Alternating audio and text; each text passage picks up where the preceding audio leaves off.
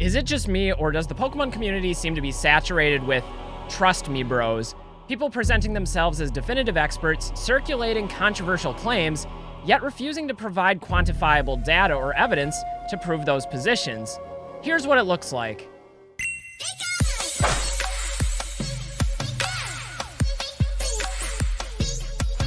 Hey everybody, what's up from Pokemon Classics? Reminding you all that the classics never go out of style. Today, I wanted to talk about one of the prevalent issues that I'm currently seeing in the Pokemon community, and I think this really extends to all levels, and that's the trust me bro. Basically what this is perceived expertise that's masquerading itself as fact, but without the evidentiary support provided to back up those statements. Now, I do think there is a larger issue in the Pokemon community right now of people being unable to discern speculation from actual opinion pieces that are supported with evidence, and there is a subtle difference between the two. Also, at the end of this video, I'll offer some tips for both the content creators out there that are distributing information to the masses on how they can make it a little bit more airtight, as well as for those that are out there viewing and consuming content of what types of things to look for and what traps not to fall into. So, pretty action-packed video today. Don't be a trust me bro. Before we get into some hypothetical trust me bro situations, I first wanted to go back to the origins of the trust me bro, and in order to do this, we'll have to turn our attention back to the pre-pandemic era when Pokemon was still a relatively niche underground collector community. Now back then, the community was much smaller and had a lot less wealth and money circulating through it. Because of this, what you would find is a more centralized community made up of experienced collectors and passionate enthusiasts. Another result of this is that you had a limited amount of channels for sharing information. We didn't have all the Instagram accounts, the YouTube channels, the Discord channels, or all the other social media that was out there. There are a few websites, a few message boards, but that was relatively it. And all that information was much more limited and much more leisurely, and this naturally lent itself better to peer review. However, since the pandemic, we've seen exponential growth in the community across the board, and that's actually a good thing that we have a more diversified community with more members, and the barrier to entry has never been lower. But the drawback is that there has also been a saturation of information out there, and the information is continuous, rapid, and in some cases it incentivizes more outlandish claims without the proper fact-checking. And that's the problem, is we see a lot of unregulated claims circulating the internet with little, if any, oversight.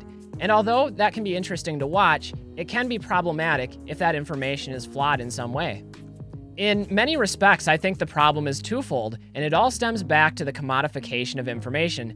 Never before in this community has information been so easily and quickly monetizable. And that's one of the things we see is there's a financial incentive out there to get information out as quickly, as rapidly, and sometimes as controversially as possible.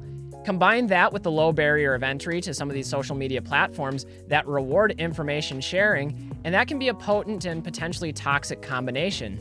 In fact, many of these social media platforms seem to intrinsically reward poor research. They do this in one of two ways. Those that are first to market with information have a distinct advantage over all the competitors because they were the first video published or the first theory that was widely circulated. Or, on the other hand, those that make such an outlandishly different claim that shakes up and stirs the pot is also going to get noticed more easily, regardless of how viable that position or its evidentiary support actually is. So, what exactly is a trust me bro? Essentially, a trust me bro is an individual who makes claims that are unbacked by reviewable evidence, often appealing to their own experience or to vague anecdotes that are not verifiable. Basically, trust me bro translates to, I don't have adequate research, but I'm right, and you should just trust my opinion.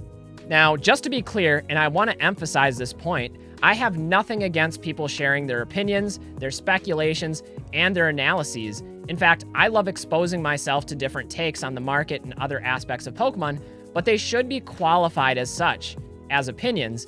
Even newspapers have an editorial section acknowledging opinion pieces as opinions rather than as factual news stories.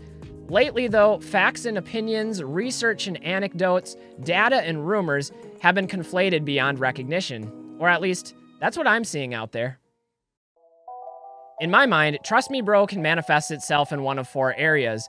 Claims made about card conditions and authenticity, claims made about industry news and rumors, claims made about production quantities and timelines, and claims made about investment advice and market projections. In honor of Rudy from Alpha Investments, let's use Timmy as an example. Let's say Timmy reaches out to a seller of a card that only has pictures of the front side of the card, asking for more pictures. Timmy says, "Do you have any pictures of the card I can see before buying it?" And an influencer or a seller might say, "It's a Gem Mint 10. Trust me, bro. It's flawless." Now, you may get lucky and are dealing with the one honest seller out there who legitimately doesn't take the time to take pictures of the backside of a card. However, more often than not, this is a deceptive tactic to avoid fully disclosing the condition of a card, and it's just not a good practice. It's standard practice to fully provide information as much as possible when making a transaction as either a buyer or a seller. In this situation, you probably shouldn't just trust me, bro. Situation number 2. Timmy recently received back his very first ever grading submission, and the grades came back a bit lower than he was expecting.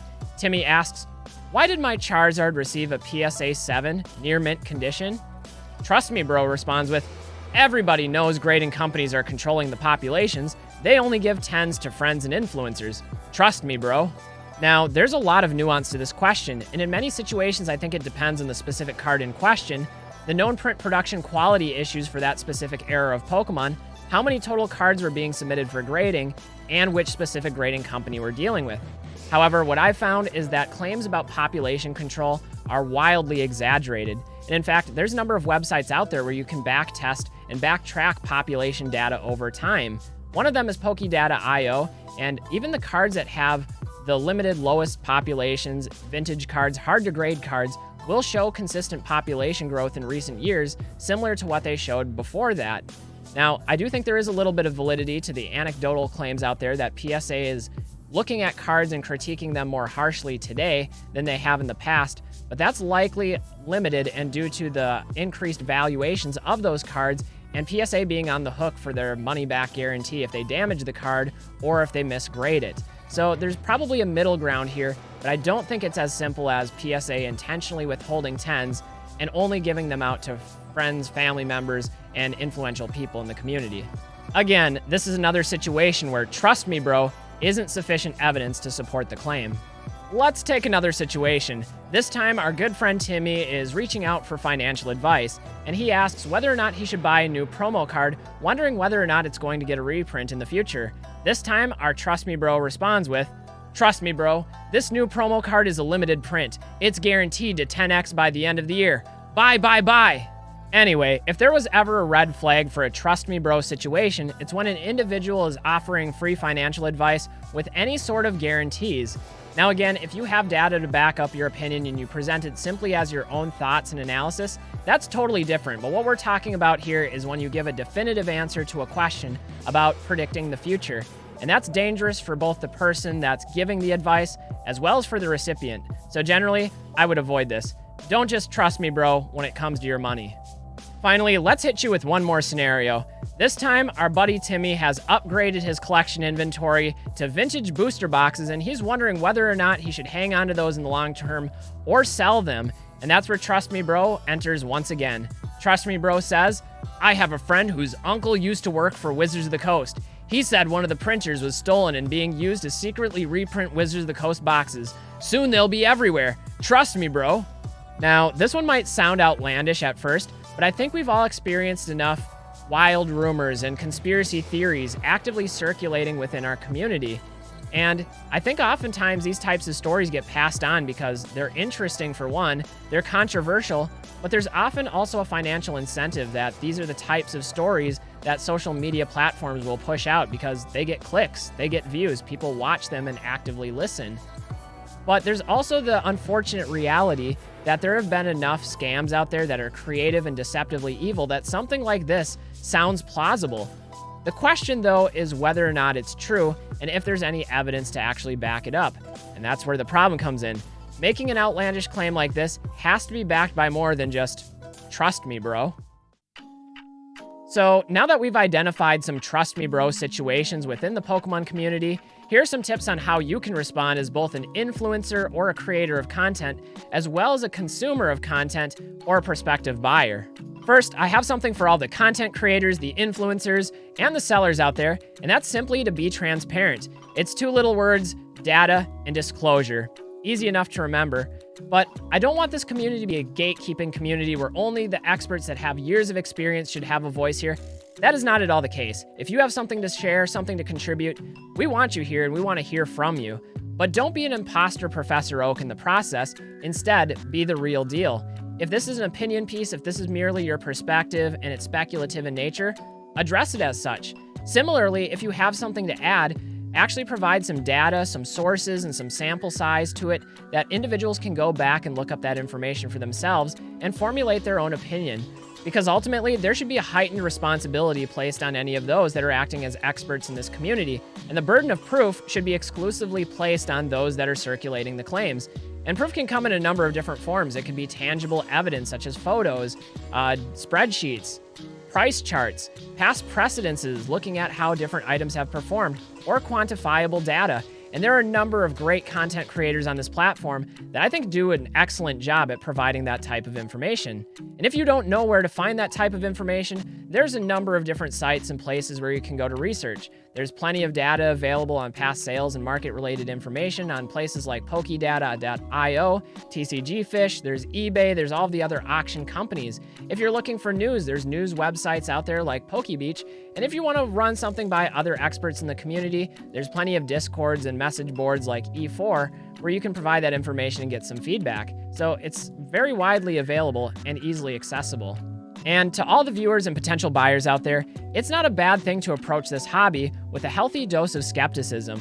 You can pull up that Pokedex, and as you're watching the YouTube videos, view them, but verify the factual basis that underlies it. Now, personally, I think there's a lot of benefit to watching videos from diverse perspectives, including those you don't necessarily agree with, as well as other areas of the market that perhaps don't interest you as much. I think that kind of exposure is healthy. But in the process, it takes holistic research to avoid falling into one of the many pitfalls of poor logical reasoning and poor argumentation. Danger number one is that you give way to confirmation bias, where you exclusively take the facts and evidence, the arguments that agree with your pre-formulated ideas, and you completely disregard anything that disagrees with it, not experiencing the corrective cognitive dissonance to suggest that maybe this argument isn't as strong as it actually seems. That's one of the things you want to watch out for. But we also want to watch out for danger number two, and that's herding bias. And just as people, we have a natural proclivity to conformity, that there's safety in the herd and in the masses. And that sort of bandwagon fallacy can be a problem and should never be substituted for actual substance, evidence, or any sort of verifiable data. So be careful that your opinions aren't just blindly agreeing with the masses, that you're doing your due diligence as you're researching the topics. Finally, we want to be careful of danger number three, and that's taking small sample sizes or falling prey to recency bias. Now, when this happens, individuals use too small of a sample or a recent sample to extrapolate larger historical market trends, and that can be dangerous because often small numbers, small samples, recent numbers aren't always indicative of how things actually are. So be aware of that. It's one of the potential issues that people run into. Well, before we wrap this up, I encourage all of you not to be a trust me bro, and instead to do your research and support all of your positions, all of your arguments, all of your market analyses with necessary information. I think that's what makes this community more vibrant, more effective for all of those that are navigating it, and ultimately, more interesting is when you have a number of diverse perspectives that are backed by information. Ultimately, that's who I am though. I'm a teacher. That's what I like. I want to be educated, and I'm looking to all of you to help educate me. Because even though I've been in this community for a number of years, that doesn't make me the de facto expert out there. There's always new collectors, new members, new YouTube channels that are popping up that are giving me something to think about, and I like that. Anyway, guys, that's going to wrap it up for this one. I'm Pokemon Classics, reminding you all that the classics never go out of style. That's something you're just going to have to trust me on. Trust me, bro. We'll see you guys with the next video. Till then, stay well, everybody. Bye.